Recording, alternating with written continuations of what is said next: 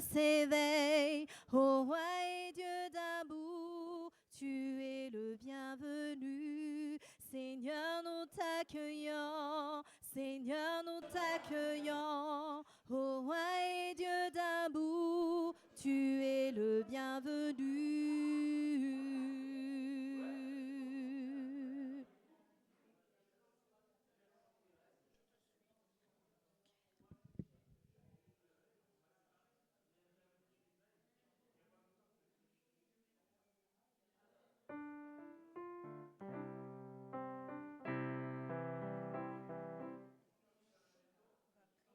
C'est qui 1, 1, 1, 1. 1, 2, 3, 1, 1.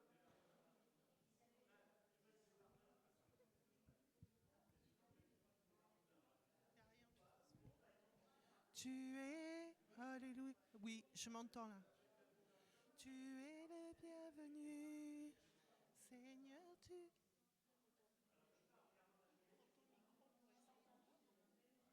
1, 2, 3. Tu m'entends pas? Non, pas du tout. Je sais pas 1, si ça. 1, Moi, 1. je t'entends. Moi, Tu j'entends m'entends? l'écho de ton micro. Ah, ah, ah. C'est pas grave, je chante fort. Non, moi, je t'entends. J'entends l'écho de ton micro. Comme un souffle fragile, ta parole, ta parole est murmure.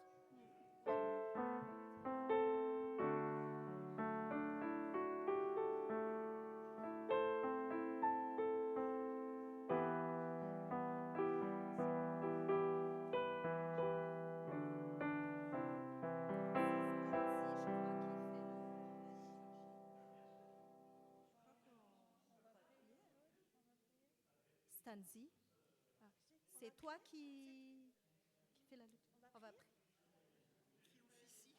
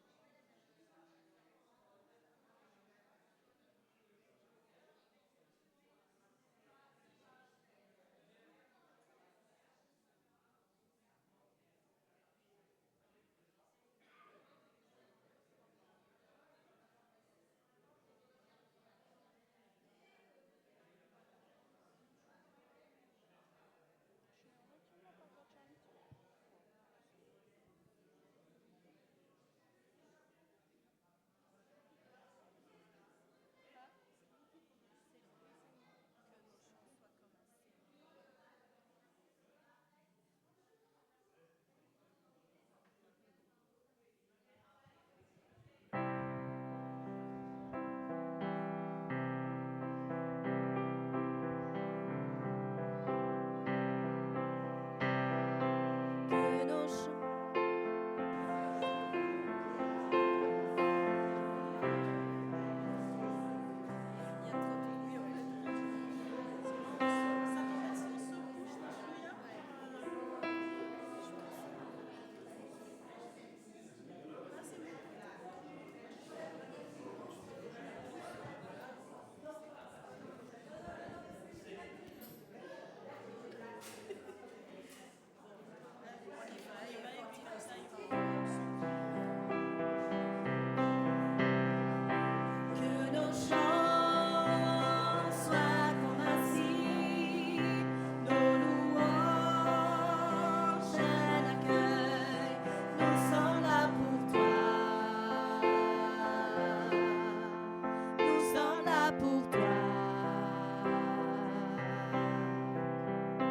Que ton souffle vienne des cieux, nous remplir de ta vie. Nous sommes là pour toi.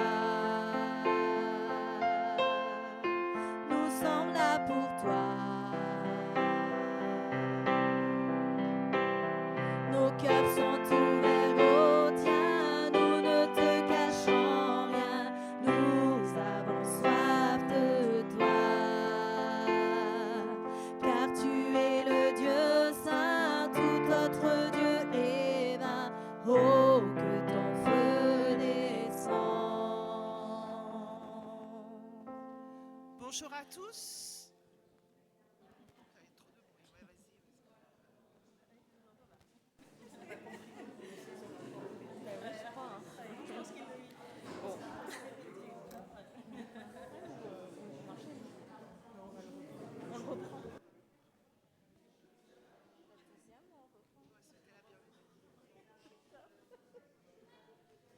Bonjour à tous. Bonjour. Je vous prie de vous asseoir, s'il vous plaît. Nous allons commencer.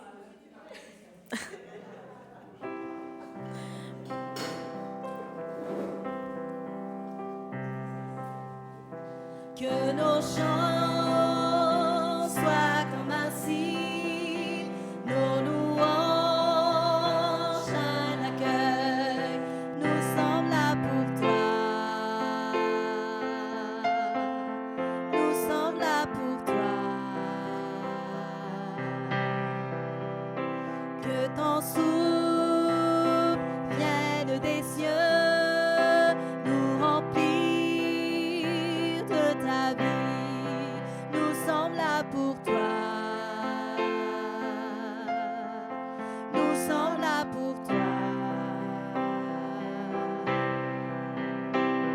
Nos cœurs sont ouverts au tien, nous ne te cachons rien. Nous avons soif de toi, car tu es le Dieu saint, tout autre Dieu est vain. Oh, que ton feu descend. Que nos cris soient comme un hymne, que ton nom retentisse. Nous sommes là pour toi. Nous sommes là pour toi. Avec force, dis un seul mot et les morts revivront. Nous sommes là pour toi. Nous sommes là pour toi. Nos cœurs sont ouverts au tien, nous ne te cachons rien. Nous avons soif de toi, car tu es le Dieu saint, tout autre Dieu est vain. Oh, que ton feu descend.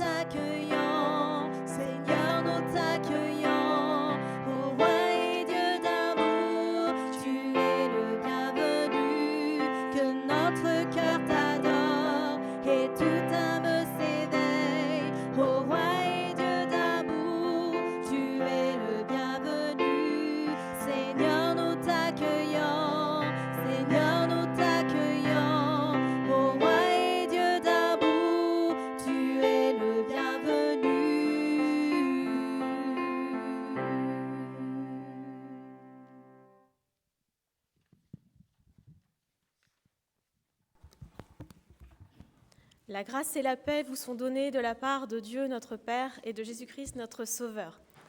Rebonjour à toutes et à tous. Je vous remercie pour votre présence ce matin. Soyez les bienvenus parmi nous. Donc vous qui êtes occasionnels dans ce temps estival, vous êtes les bienvenus dans notre assemblée aujourd'hui et bienvenue aussi aux fidèles du temple qui sont plus réguliers. Aussi, donc, accueillons ensemble Jésus au sein de cette assemblée afin d'être à son écoute et témoignons notre foi en proclamant le symbole des apôtres.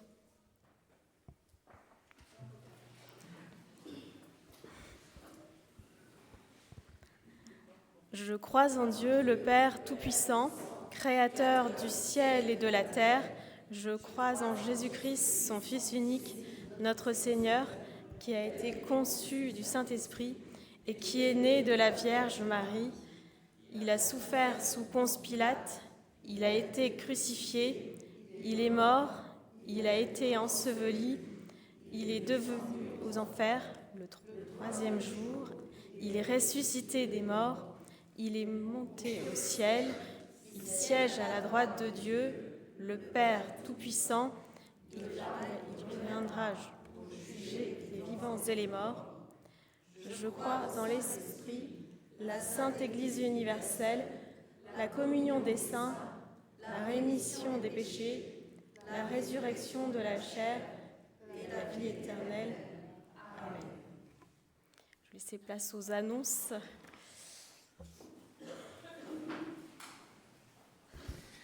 Bonjour à tous. Alors, étant en période estivale, forcément, il y a moins d'activités, donc il n'y a pas de culte du jeudi.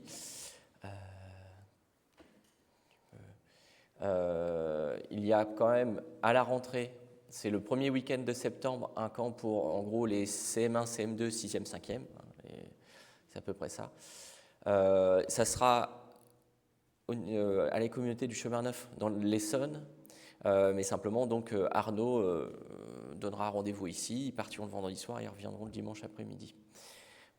Il a eu l'envie que ça soit le plus tôt possible. Alors, c'est des jeunes de plusieurs églises, hein, de Paris, du Val d'Oise, des Yvelines. Mais il avait envie que ce soit le plus tôt possible avant que les compétitions sportives reprennent, les activités hautes et que les enfants soient pris à droite et à gauche. Donc voilà. Par contre, il y a certaines activités du groupe de prière qui sont maintenues à distance. C'est le mardi, c'est maintenu sur Zoom le mardi. Voilà, il n'y a pas autant vu qu'on est l'été. De 13h à 15h sur Zoom. Voilà. 14h à 15h. Donc voilà. C'est le temps et c'est le temps des offrandes maintenant.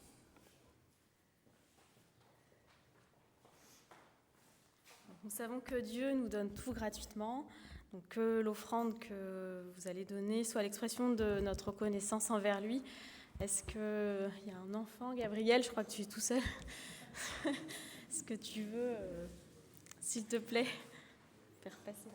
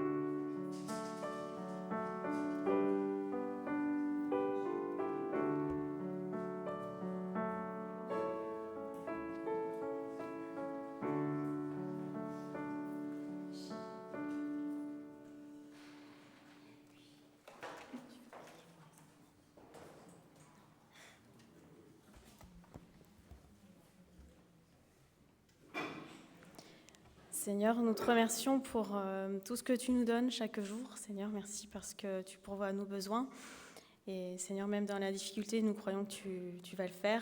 Et en reconnaissance, Seigneur, bien, nous t'apportons ces offrandes. Seigneur, nous te prions qu'elles servent à l'avancement de ton royaume. Seigneur, qu'elles produisent des fruits, Seigneur, et qu'elles soient pour le bien commun de tous tes enfants, Seigneur. Amen. Donc, ce qui nous amène donc à la phase de repentance et d'absolution. Donc, nous pouvons parfois faire le constat comme Paul, je ne fais pas le bien que je veux et je fais le mal que je ne veux pas. Cette remise en question nous invite à entrer dans une phase de repentance. Nous allons prier.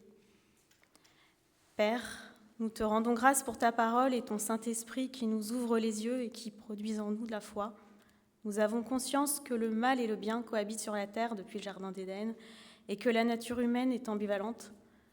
L'homme est capable du meilleur, mais aussi du pire. Et l'orgueil est le pire des maux. Les lois de la nature sont terribles et la mort fait partie de notre existence. Nous ne doutons pas de ton amour absolu pour nous. Le plus grand témoignage est le sacrifice de ton Fils à la croix. Il a porté tout le mal de l'humanité jusqu'à la mort, mais il est aussi ressuscité. Nous avons la ferme assurance que cet acte préfigure l'avenir que tu nous réserves, que tu réserves à tes enfants. Nous sommes d'ores et déjà libérés et dans la joie aujourd'hui sur la terre. Nous aspirons à être avec toi pour l'éternité, dans ton amour et ta paix.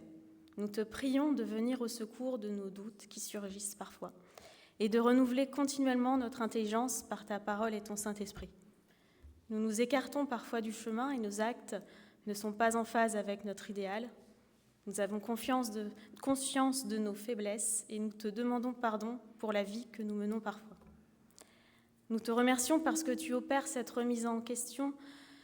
remise en question une transformation de notre être entier et rends possible l'impossible. Tu nous ramènes sur ton chemin. Nous te prions pour que cette transformation puisse nous fortifier jour après jour, mais aussi rendre témoignage de ton amour pour l'humanité auprès des personnes qui nous entourent. Nous te prions pour que nous puissions poursuivre cette course sur la terre jusqu'à la victoire, c'est-à-dire la vie éternelle auprès de toi et de tes enfants au paradis. Amen.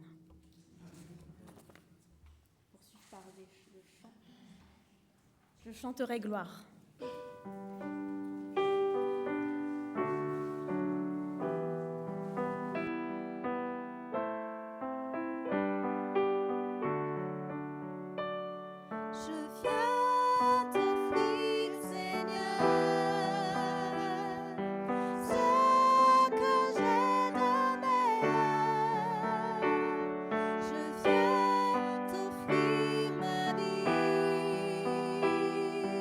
Oui,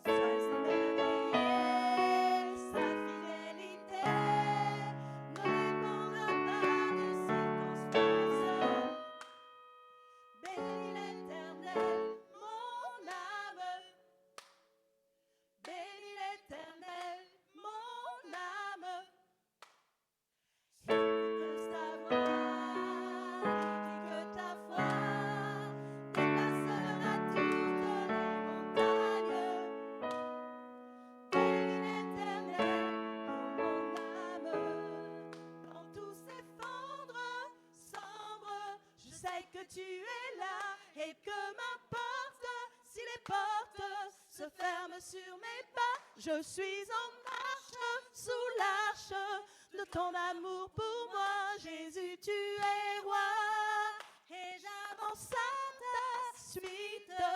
Bénis l'Éternel, mon âme. Bénis l'Éternel, mon âme. Sois émerveillé, sa fidélité ne dépendra pas des circonstances. Bénis l'Éternel, mon âme. Bénis l'Éternel, mon âme. Écoute sa voix, il dit que ta foi déplacera toutes les montagnes. Bénis l'Éternel, ô mon âme.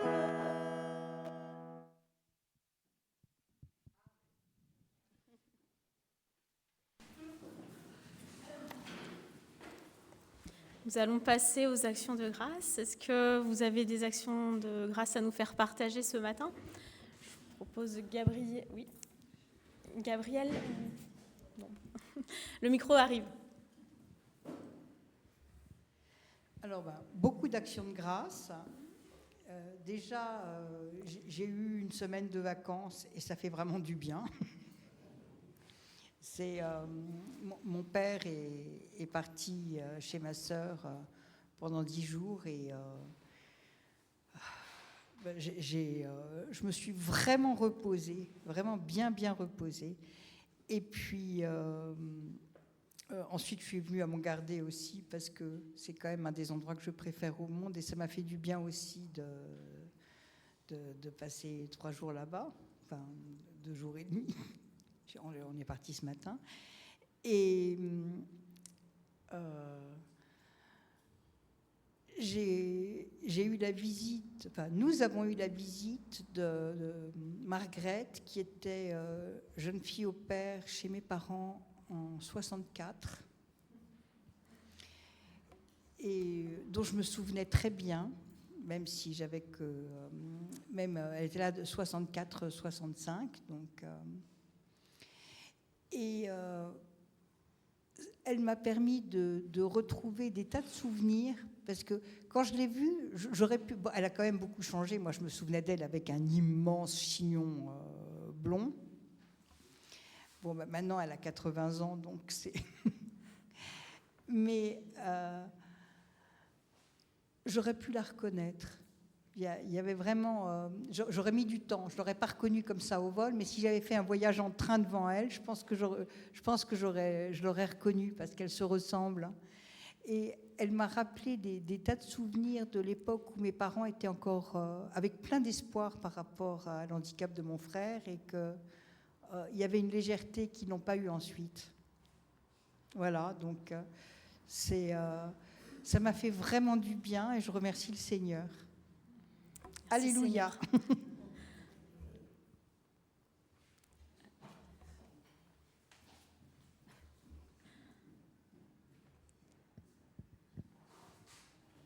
Merci pour ce témoignage. Gloire à Dieu. Dieu est grand. Je veux d'abord vous remercier à tous pour vos prières. La semaine dernière, j'ai subi mon opération. Elle devait durer 1h30, elle a duré 2h30. Mais comme Dieu est grand, l'opération a bien réussi. Ils ont réussi à me déboucher l'artère de la jambe gauche et de m'installer un stent. Donc j'ai eu le droit à un stent dans chaque cuisse, plus un juste au-dessus du genou, et 2 stents entre le nombril. Eh bien maintenant, je ne sais pas, peut-être que l'année prochaine, je vais m'inscrire pour un marathon. Alors merci à tous. Merci, Amen. Seigneur. Amen. Voilà, moi je voulais remercier le Seigneur aussi d'avoir de prendre soin de notre petite Victoria, qui est arrivée à Kiev apparemment sans encombre, après 2 jours de bus avec sa petite qui a 20 mois, donc ça n'a pas dû être facile. Mais bon, je la vois sur Facebook et je vois que bon, bah, c'est le bonheur. Elle a retrouvé son mari, la petite joue au foot avec son père. Enfin, c'est vraiment des images qui font du bien. Et vraiment, je remercie le Seigneur de la protéger, de veiller sur elle. Et puis, j'espère que le voyage du retour se passera bien dans 10 jours. Voilà. Merci. Est-ce qu'il y a d'autres personnes qui veulent rendre grâce par un témoignage ? Moi, je voulais remercier le Seigneur. Il pourvoit toujours des anges. Mon papa a eu un malaise dans la rue. Venant de course, il avait présumé de ses forces. Et donc, j'essayais de le retenir. Et est arrivé des gens qui sont venus m'aider, dont un brave monsieur, un éboueur, parce qu'il y avait le camion des éboueurs, qui carrément l'a relevé et l'a porté avec tous ces gens jusqu'à la voiture. On a pu rentrer à la maison. Et là, j'ai encore eu l'aide du directeur de la résidence qui est venu avec un fauteuil roulant. J'ai vraiment vu que c'était... le Seigneur avait tout pourvu pour que ça ne se passe pas trop mal. Il n'est pas allé à l'hôpital et il s'est remis. Enfin, merci Seigneur pour ces personnes là, comme ça qu'il pourvoit. Que Dieu les bénisse. Merci. Amen. Merci. Est-ce qu'il y a encore quelqu'un qui veut partager quelque chose ? Je voudrais dire quand même, croyons au miracle. Amen. Moi, je dis ça pour ceux qui doivent subir des opérations, eh bien, qui remettent l'opération à Dieu, et Dieu dirigera la main des chirurgiens. Gloire à Dieu. Amen.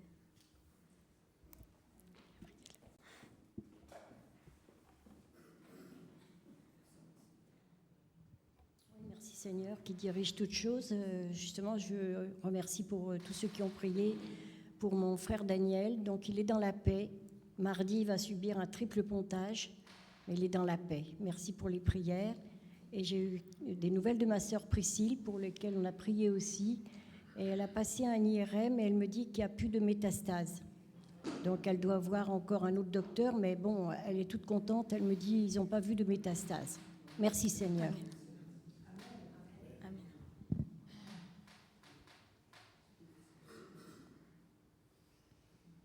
Est-ce qu'il y a encore une personne qui souhaite partager quelque chose ou non ? Non, je ne pense pas. Merci Seigneur pour toutes ces actions de grâce. Seigneur, merci parce que nous pouvons constater que tu agis à travers les personnes qui nous entourent, mais aussi tu agis parfois de manière miraculeuse. Et Seigneur, nous te remercions pour tout ce que tu fais pour nous, Seigneur. Amen. Je vais laisser la place à Steve.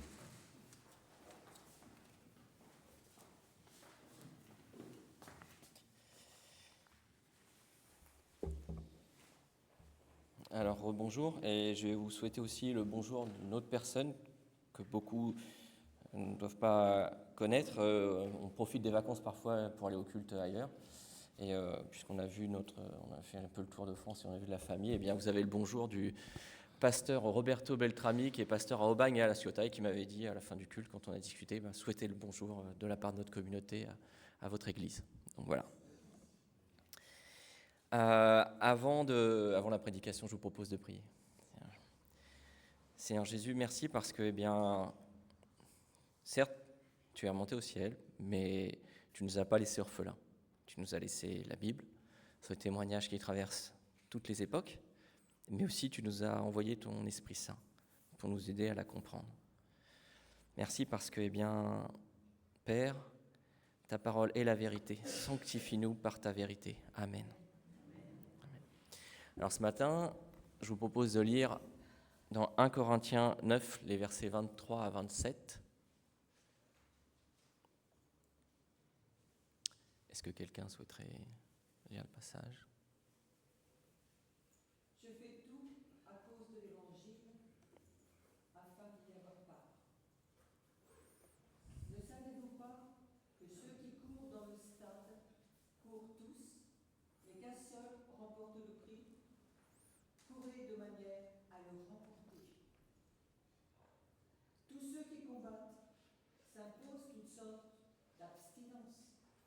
et ils le font pour obtenir une couronne corruptible. Mais nous, faisons-le pour une couronne incorruptible. Moi donc, je cours, non pas comme à l'aventure, je frappe, non pas comme battant l'air,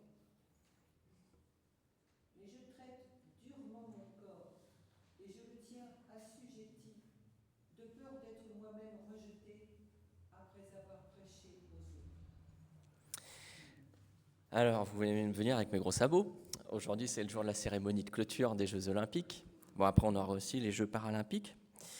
Et en fait, j'ai pensé avant, parce que je me demandais, comme il n'y a pas de thème imposé pour l'été, comme il n'y a pas de... Voilà, je me dis sur quoi je devais prêcher, mais sur quoi. Et puis, quand nous étions donc dans le sud, cette fois-ci dans le sud-ouest, il y a un pasteur qui nous fait une blague et qui nous dit vous savez, c'est quoi le passage de Paul sur la boxe ? Alors moi, je pense à ça. Alors, je ne dis pas la réponse parce qu'en fait, je ne savais plus du tout dans quel épître il avait dit ça. Je savais que c'était Paul, mais alors... Et donc, je n'ose pas dire. Puis il dit, il a plus de joie à donner qu'à recevoir. Voilà, bon, pour la boxe. C'est de l'humour de pasteur. Mais je pense qu'entre les pasteurs et les profs d'histoire géo, niveau humour, on est un peu sur la même longueur d'onde. Donc voilà.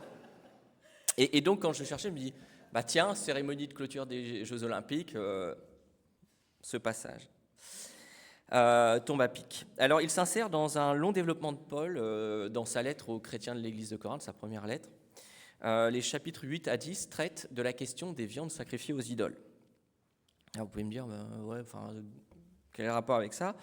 Et en fait, pour nous, à une époque où certains mangent de tout, d'autres sont végétariens, flexitariens aujourd'hui, d'autres mangent sans gluten, sans lactose. Ça me fait bien rire des fois du pain sans gluten, du lait sans lactose. Enfin, j'ai du mal à comprendre le concept. C'est comme la bière sans alcool. Enfin voilà. Certains mangent halal, d'autres kasher.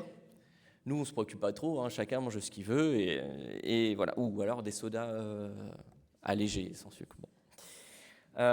Mais dans les cités antiques, c'est une question beaucoup plus fondamentale. Parce que les fêtes civiques, les fêtes en l'honneur des divinités, donnaient lieu à des sacrifices. Et ce que nous, on appelle les Jeux Olympiques, en fait, eux, ils appelaient ça les concours olympiques. Il n'y avait pas que ça, en fait, parce qu'il y avait des concours, alors à la fois sportifs, mais aussi littéraires. Il y en avait plusieurs, c'était pas le seul. Il y avait d'ailleurs 4 grands concours, dont je vais parler après. Mais ces concours olympiques, ou même des grandes fêtes de la cité, comme les Panathénées à Athènes, étaient tous en l'honneur d'une divinité. À l'Olympie, c'était au sanctuaire de Zeus. À Athènes, c'était Athéna. Et même les esclaves et les étrangers installés participaient à ces grandes fêtes, ces grandes processions, ces grandes cérémonies. Et ça donnait lieu à des sacrifices aux divinités, et puis on se partageait la viande. Comme au temple de Jérusalem, dans la loi de Moïse, il y a certains sacrifices qui sont brûlés, et en particulier les holocaustes qui sont totalement consumés. Il y en a d'autres, une part en revient aux prêtres qui font le sacrifice, et puis une autre part des sacrifices qui reviennent à ceux qui y ont offert. Et là, dans les cités grecques, quand on faisait ces sacrifices, on partageait. Et c'était des grandes fêtes civiques, qui étaient à la fois civiques et religieuses. C'est un peu comme si nous, on faisait une fusion du 14 juillet et de Pâques, ou de Noël et d'une autre fête. Voilà. Donc ne pas prendre part à ces grands banquets, c'était aussi se mettre en retrait, s'auto-exclure de la collectivité. Donc c'est pour ça que pour les chrétiens juifs, c'était logique. Chrétiens d'arrière-plan juif, on ne mange pas... Justement, on mange cachère, donc on s'abstient de ça. Mais pour ceux qui étaient insérés dans la société à Corinthe ou ailleurs, ça a été une question brûlante parce que ça mettait au banc. Et donc, déjà, on voit que le chrétien, il est dans une tension entre la société dans laquelle il s'insère et bien le fait d'appartenir à l'Église chrétienne. Et rendons à César ce qui est à César. Dans l'introduction de la traduction œcuménique de la Bible à cette première lettre de Paul aux chrétiens de Corinthe, voilà ce qu'il est dit. Les questions particulières traitées par Paul dans cette épître dérivent d'un problème fondamental qui s'est posé à toutes les époques de l'histoire de l'Église et qui se pose aujourd'hui plus que jamais, celui de l'enracinement du message chrétien dans une culture différente de celle où il est apparu. Il s'agit du passage de la culture juive à celle du monde grec, qui est animée par des choses différentes que la culture d'origine et qui est foncièrement païenne et qui a tendance à vouloir assimiler le message chrétien et à retenir du message chrétien que ce qui l'intéresse. L'attitude de Paul est à la fois ferme et nuancée. Il insiste vigoureusement sur l'aspect de rupture en condamnant les comportements et les doctrines qui sont inconciliables avec le message chrétien. Mais quand il n'y a pas d'inconciliabilité, eh bien, il est accueillant. Et donc, le chrétien, ça peut amener à dire je ne fais pas certaines choses que ma société fait. Mais d'un autre côté, ça peut être aussi je fais les mêmes choses, mais je le fais dans un autre but. Et si on devait donner un titre à cette prédication, puisque Paul parle d'un prix, c'est « Après quel prix cours-tu » Et des fois, on peut dire « Oui, bien gentil, Paul, mais moi, je suis dans ma société, je suis bien obligé de travailler, de vivre, etc. etc. Hein. Et oui, on est bien obligé de travailler, mais on doit travailler d'une façon différente. Si pour nous, le travail, c'est écraser les autres, toujours se faire valoir, accumuler le plus d'argent possible pour avoir le plus de biens possible, et bien finalement, là, on est totalement assimilé.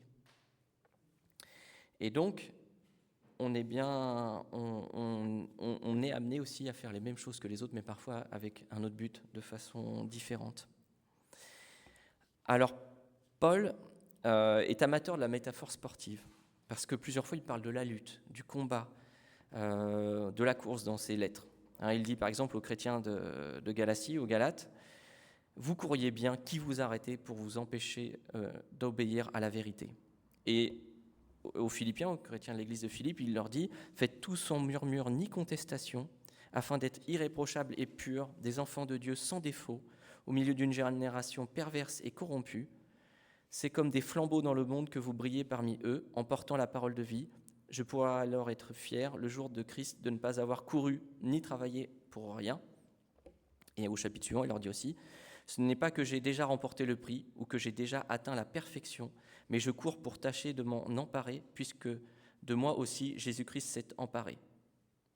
Frères et sœurs, je n'estime pas m'en être moi-même déjà emparé, mais je fais une chose, oubliant ce qui est derrière et me portant vers ce qui est devant, je cours vers le but pour remporter le prix de l'appel céleste de Dieu en Jésus-Christ. » Et puis il lui fera aussi à la fin de sa vie une dernière référence dans sa deuxième lettre à Timothée, mais que j'évoquerai un peu plus tard. Et donc dans toutes les cités grecques, il y avait des installations sportives. On voit bien que la Grèce a influencé le monde entier, puisque les Jeux olympiques ont une résonance planétaire. Mais ce passage est particulier aussi pour Corinthe. Pourquoi ? Parce que justement, en dehors d'Olympie, il y avait 3 autres cités où il y avait des concours qui réunissaient tous les Grecs, et dont à Corinthe. Et en fait, Corinthe, c'était un petit passage de terre entre la Grèce du Nord et du Centre et la Grèce du Sud.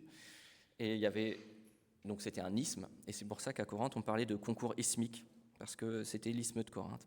Et bien sûr, Corinthe tirait sa richesse d'être ce passage unique et d'avoir accès d'un côté à la mer qui mène vers la Turquie et de l'autre côté à la mer qui mène vers l'Italie. Il y avait 2 ports à Corinthe, de chaque côté de l'isthme, et donc sa fortune venait de la mer. Donc, eh bien, tout naturellement, ces jeux à Corinthe étaient dédiés à Poséidon. Et le mot, en fait, nous on dit jeu, eux disaient concours, c'est le mot agone. Et chez les Grecs, l'agone, ça finit par désigner l'esprit de compétition, parce qu'il y avait des concours sportifs, des concours littéraires, etc. etc. Et Paul, il a bien compris ça. Nous, l'esprit de compétition, une femme a couru le 100 mètres en 11 secondes, et bien les autres vont tenter de le courir en 10,99 ou en 10,96 ou en 10,92, etc. Et Paul dit dans le verset 25 de 1 Corinthiens 9 que finalement, tous les athlètes s'imposent toutes sortes de privations. Et en fait, techniquement, il dit tous ceux qui concourent ou tous ceux concourants. Et puis, dans la deuxième lettre à Timothée, au verset 4 à 7, au chapitre 4, verset 7, il dit « J'ai concouru le bon concours », littéralement. Donc, il y a cette idée qu'on est dans une sorte de compétition, on a un concours à poursuivre.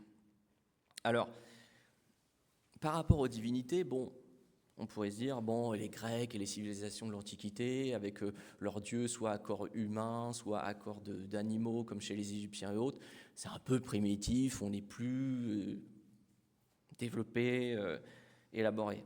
Et en fait, je ne suis pas si sûr. Par exemple, en Grèce, il y avait un dieu qui s'appelait Ploutos, le dieu de la richesse. Croyons-nous aujourd'hui que Ploutos soit moins vénéré qu'il l'était à l'époque de la Grèce ? Il n'y a qu'à voir les cours de bourse qu'on cite tous les jours, le taux de croissance qui est pour les gouvernements quelque chose d'énorme, etc. Pluto, ce n'est pas moins vénéré en 2024 qu'il l'était à l'époque de la Grèce ancienne. Et puis il y avait des divinités liées à la beauté, à la séduction. Vénus, Aphrodite, Astarté chez les Cananéens, ils ne sont pas moins vénérés en 2024 qu'ils ne l'étaient. Simplement, on les a démythologisés, on pourrait dire, mais ils sont toujours aussi vénérés. Et donc, ça nous pose aussi la question. Quand je parlais de gagner sa vie, je travaille pour quoi ? Pour vénérer Plutos, que Jésus appelle aussi Mammon, ou je travaille parce que j'en ai besoin pour vivre. Et voilà. Et l'offrande aussi, bien sûr, chacun donne en fonction de ce qu'il peut et de ce qu'il a résolu dans son cœur, mais l'offrande aussi, c'est un moyen de dire l'argent n'est pas pour moi le but final. C'est un moyen, mais ce n'est pas une fin. Parce que qu'est-ce que l'idolâtrie ? L'idolâtrie, finalement, c'est de prendre quelque chose de la création et d'en faire la divinité. Et c'est au sens-là aussi la rébellion de Satan, c'est-à-dire que c'était un être créé par Dieu. Et il a voulu se faire Dieu lui-même. Et donc, eh bien, à chaque fois, quand Paul fait référence à ces concours et au prix, bien sûr, lui, le prix qu'il a en tête, il n'est pas dans ce monde, il est dans le monde à venir. Et il parle de traiter durement son corps. Et le fait est que il s'astreint, il y a une privation d'un côté. L'athlète ne peut pas dire « je mange tout ce que je veux, je bois tout ce que je veux, je me couche à l'heure que je veux, j'ai la flemme aujourd'hui d'aller m'entraîner ». En athlétisme, par exemple, quelqu'un comme Usain Bolt, qui a battu les records du 100 mètres et du 200 mètres, lui, c'était un spécialiste du 200 mètres au départ, et son entraîneur voulait qu'il fasse 200-400. Et il ne voulait pas. Certains ne veulent pas passer au 400 parce qu'ils disent « j'en ai marre de vomir à la fin du tour de course ». Sprinter pendant 400 mètres, c'est un effort qui est dur. Donc il a dit « non, je fais 200-100 mètres ». Voilà. Mais il y a quand même une privation. Et il devait quand même s'entraîner, il devait quand même s'astreindre au niveau alimentaire. Et parfois, la privation, elle va beaucoup plus loin, dans le sens où Paul en parle. Parce que, et là, c'est le deuxième passage que je voulais vous lire dans cette prédication, c'est à la fin de sa vie, Paul écrit à Timothée sa deuxième lettre, et il reprend cette image du sportif. « Car pour moi, je sers déjà de libation, et le moment de mon départ approche. J'ai combattu le bon combat, j'ai achevé la course, j'ai gardé la foi. Désormais, la couronne de justice m'est réservée. Le Seigneur, le juste juge, me le donnera dans ce jour-là, et non seulement à moi, mais encore à tous ceux qui auront aimé son avènement. » Et donc Dieu a permis, certes à des chrétiens aussi, d'avoir du succès professionnel, financier, sportif. Là, il y a une des athlètes, par exemple, qui a remporté, alors, si ma mémoire est bonne, le 100 mètres ou le 200 mètres, qui vient de Sainte-Lucie, qui affiche clairement sa foi chrétienne. Mais Dieu ne nous promet pas le succès en soi. Ce n'est pas ça le prix qu'il nous promet. Il peut permettre à des chrétiens d'avoir du succès, mais ce n'est pas ça qu'il nous promet. Et puis même quand parfois certains ont du succès, en fait finalement pour eux c'est une épreuve. Combien d'athlètes ou de personnalités de la chanson, du cinéma et autres, quand ils ont eu le succès, la richesse, la gloire, ont complètement déraillé. Ou certains sont morts jeunes, d'overdose, d'accidents de la route causés par l'alcool et autres, et finalement on se dit ils n'ont pas toujours une vie plus heureuse. Voilà. Et d'ailleurs à chaque génération on voit des gens qui ont vraiment du succès et qui se suicident. Voilà. Alors selon les générations les références ne parlent pas forcément pareil, mais il y en a toujours eu. Où là il y avait une chanteuse avec son groupe qui avait performé quand j'étais ado, etc. Et puis en 2018 on l'a retrouvée ivre, à s'est noyée dans son bain, dans un hôtel. Vous voyez. Et pourtant, je veux dire, les gens se disaient, si j'avais son succès, son compte en banque, etc., ça serait génial. Et pourtant, ça l'a tué. Et donc, ce que Paul parle, c'est d'une couronne qui est incorruptible et qui vaut parfois même de payer le prix fort. Je vais vous lire un petit passage d'un livre d'un pasteur qui s'appelle Richard Wurmbrandt. Alors, Wurmbrandt. Alors, c'était un pasteur roumain Alors avant d'être pasteur, bon, il a grandi dans une famille juive qui n'était pas pratiquante. Il a été communiste à l'époque, la Roumanie était une dictature d'extrême droite, il a été persécuté. Puis après la Seconde Guerre mondiale, la Roumanie est devenue communiste, mais lui était devenu chrétien. Donc il a été repersécuté, il a passé 16 ans en prison. Sa femme a été emprisonnée, son fils a été emprisonné. Et il a connu des choses terribles sous la dictature communiste. Et il parle justement du corps et de l'esprit. Des tortures infligées par les bouchers communistes émane une grande leçon. L'âme est maîtresse du corps. Souvent, au milieu des tourments, la douleur que nous ressentions nous paraissait quelque chose d'étranger, qui se passait très loin de notre âme perdue dans la gloire du Christ présent en nous. Nous touchions une tranche de pain par semaine et une soupe infecte chaque jour. Nous décidâmes d'en tirer une dîme. Toutes les 10 semaines, nous donnions notre tranche de pain à un frère plus faible, à titre de dîme au Seigneur. Un chrétien avait été condamné à mort. Avant l'exécution,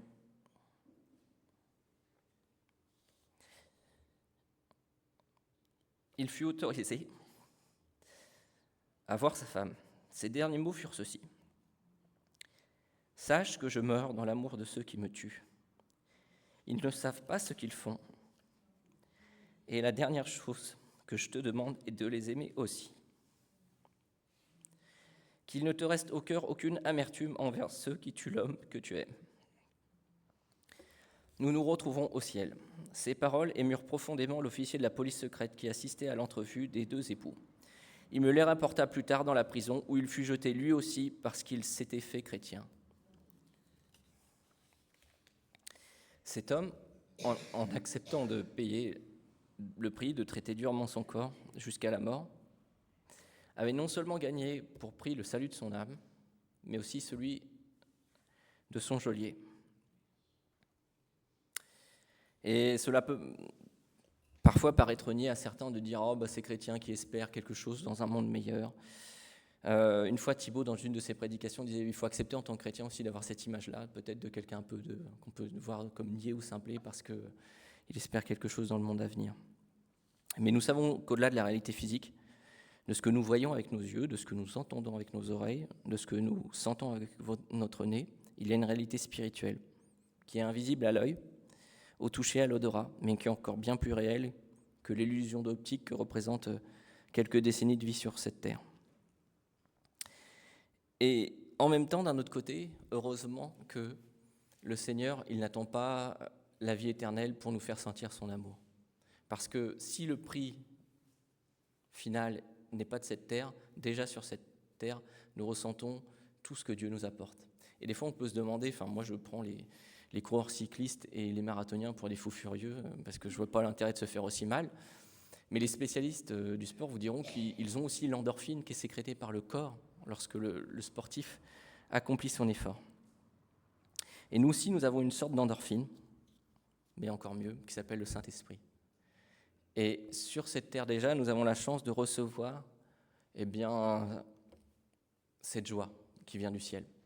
Et quand on pense par exemple à ceux qui vont prendre du temps pour préparer la louange pour le culte, pour préparer les chants, pour répéter, qui pourraient se dire « je repousse le réveil ». Maintenant, ils vont venir plus tôt pour ça. Mais c'est aussi parce qu'ils ressentent une joie. Ils ont la joie que Jésus mit en eux à faire cela.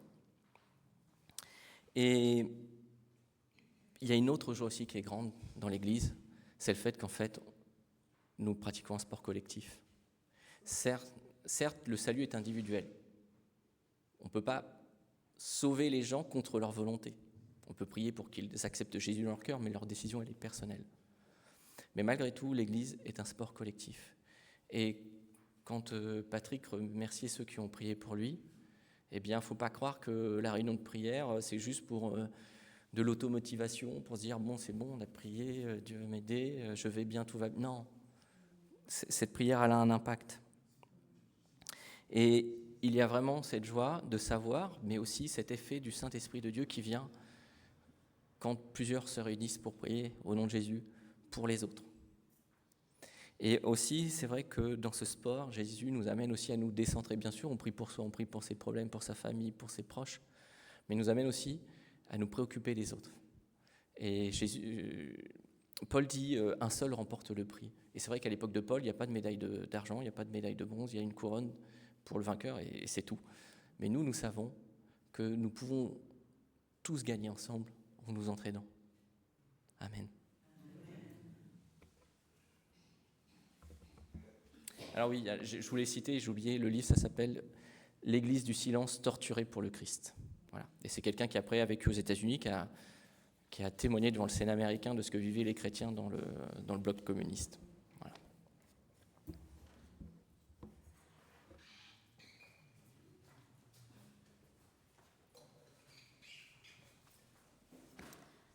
Nous allons chanter, je vous prie de vous lever, comme un souffle fragile.